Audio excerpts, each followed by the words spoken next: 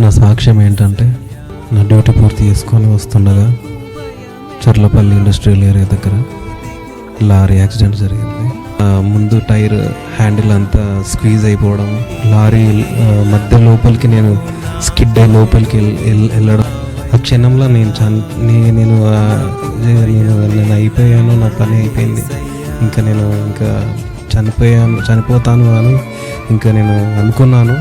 కానీ దేవుడు అనుకోని రీతిగా నేను లారీ మధ్యలో పడ్డగానే దేవుడు తన దూతలను ఏర్పరచుకొని సమయంలో నేను టర్న్ అయ్యి బయటికి రావడం జరిగింది.